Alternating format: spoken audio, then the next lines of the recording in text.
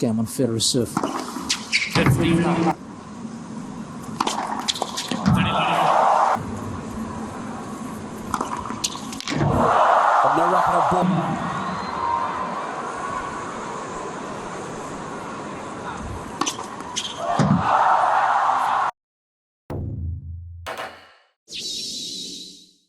Hey everyone, Simon here from Top Tennis Training, and in this video I want to help you hit the perfect tennis serve in 5 simple steps. So step number 1 is using the ideal grip to serve with. Now this is the continental grip. The reason we use this grip is because it allows 2 things to happen. It allows us to hit all the different serves, slice serve, the kick serve and the flat serve, and the variations and combinations between all 3 with 1 grip, but it also allows us to use pronation and supination, which is something that happens above just around the time of contact. Now it's very important that we have this grip, because if we don't have that grip we won't be able to use that supination and that pronation on serve, and we won't be able to hit all the different spins and all the different types of serve with that 1 grip. Easiest way to find that grip is to put your racket out like this and imagine you're going to shake somebody's hand. So as you can see from this angle, that is the continental grip, and from the bottom that's the continental grip. Now from this position on the grip you will have variations. So for a second serve you might go slightly further around so you can hit more spin, and this is something that the pros do. First serve they go the normal traditional continental, and the second serve they might have a slight variation where they twist the hand slightly further around this way, which allows them to hit more spin. Step number 2 is now the ball toss. Now the ball toss is one of the biggest issues that players around the entire world are facing on their serve. So the first thing we have to understand on that ball toss is that it's not a throw. I'm not throwing the ball in the air, I'm placing the ball in the air. Now once you have that mindset that you're not throwing it, you're placing it, that makes a world of difference straight away. When I'm throwing the ball, I tend to go quick with my hand, but when I think about placing the ball, I tend to go slower and almost just place it on the spot. Now the ideal height for the ball toss would be about 6 inches or no more than 6 inches higher than your contact point. So if I'm going to make contact here, I don't need to throw the ball up there and let the ball travel down, because the higher I throw the ball, the quicker it's traveling when I'm trying to make contact. So it's hard to hit that ball and to time it perfectly time and time again. The other issue is when you have a high ball toss, it's going to move around a lot. So it's going to go sometimes to the right, sometimes to the left, sometimes behind me. It's hard to get a consistent ball toss the higher you throw the ball. If you can place the ball just around 6 inches higher than the contact point, then that's going to be ideal. The lower, even if you can do it 3 inches, that's even better. The easiest way to place the ball is by holding the ball in my fingers like this. Not in the fingertips, but in my fingers. A common issue is players holding it in the palm, and then as they release, the ball is rolling off the fingers. You want to hold it in the fingers, not in the fingertips, but in the fingers, and you almost want to feel that you're placing that ball and you're just releasing with the fingers. That's a very easy way to instantly improve your ball toss. Step number 3 is now reaching a good trophy position. Now a good trophy position is where you'll see the players have a slight pause. Now the common things that you want to be looking for, the common fundamentals of a good trophy pose would be your tossing arm has stayed up, so your tossing arm is pointing up to the ball.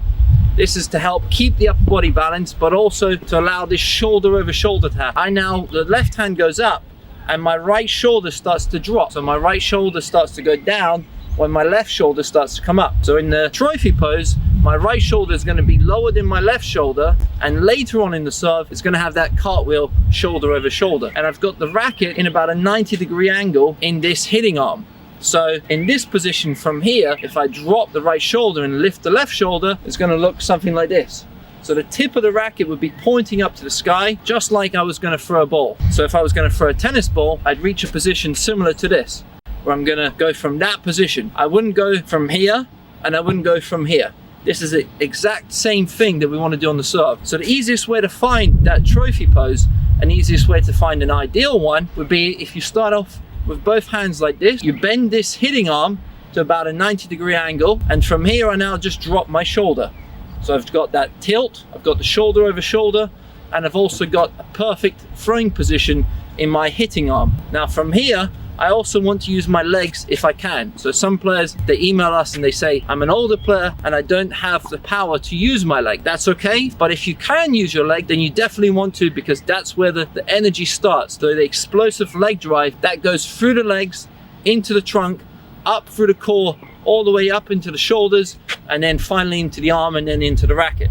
But it all starts from the ground up. Some players out there might be using the platform where you're in that position here. Some players might be using the pinpoint where you're in that position. Either way, you want to feel that you're in a good knee bend if you can, and you want to feel that your arm is in that throwing position, so that position right here. Now, something very important to note is that when I reach that trophy position, we aren't stopping, we aren't having a big pause. You might have a brief pause, you might have a very slight pause when you get to that position, but you're not holding this position for too long. And the reason behind this is, firstly, when we start the service motion, we start, however we get into that trophy position, we have that swing path. Now I'm building momentum, I'm creating momentum to get the racket up into that position. If I have a pause, it's almost like the whole motion is reset. It's starting from scratch because I'm getting into that trophy position and I'm stopping.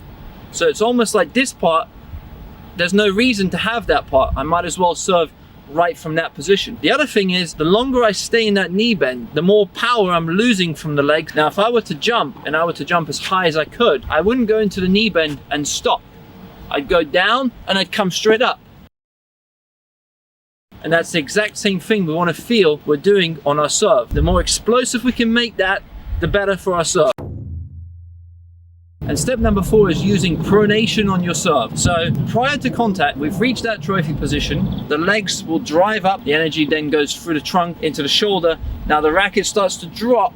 And then from here, I now have this part of the racket, the edge of the racket is leading forward onto the oncoming ball. So in that position, that is where my wrist is slightly in a supinated position. So this is supination on serve. So what exactly is pronation and supination? Pronation is where my palm is facing downwards like this. Now if I turn my forearm the opposite way, to facing up to the sky, now my forearm is in a fully supinated position. So if I grab the racket now, this is fully supinated position. My racket and my arm cannot turn any further than this. So this is prior to contact. Now some players never reach that full supinated position, but they'll reach a slight supinated position. Now my hand is up to the sky, supination. I'm pronating now, but I haven't fully pronated, but I am pronating.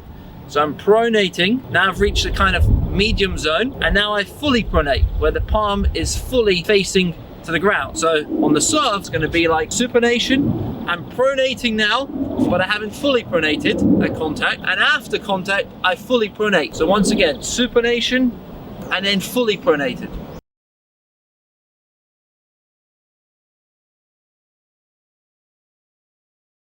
A lot of players never reach that full pronation mode. They reach a position like this, and then they come down with the racket flapped, like so. If you want the full range of motion and to be able to hit all the different spins, you want to go from here to here, and the only way to do this is by having that continental grip. If I were to do that with forehand grip, for instance, let's say I'm using a semi-western forehand grip to serve. If I do that same motion, the racket's going to be like this, and if I hit a serve, it's going to go off to the right side of the court. So that's exactly why we use a continental grip, and this is in fact what allows us to hit the different spins with that same grip, because prior to contact, all we're doing is slightly changing the racket angle. And step number 5 is having a good relaxed follow through and finish. So a lot of players that I see, even some players that I coach, when I have my first lesson with them, I see that they serve and they have a very stiff finish, or they don't finish all the way.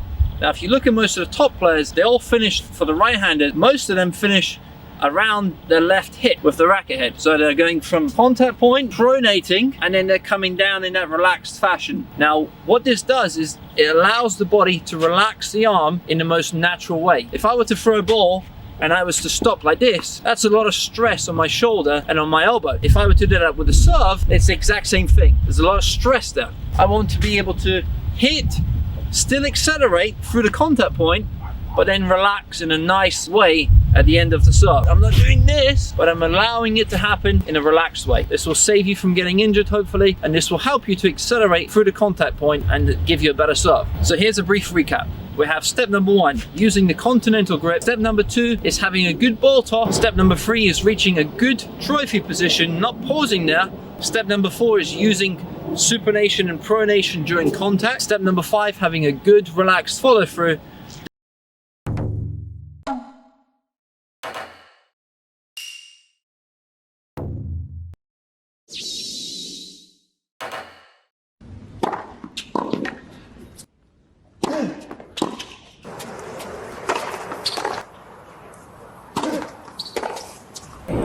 はい。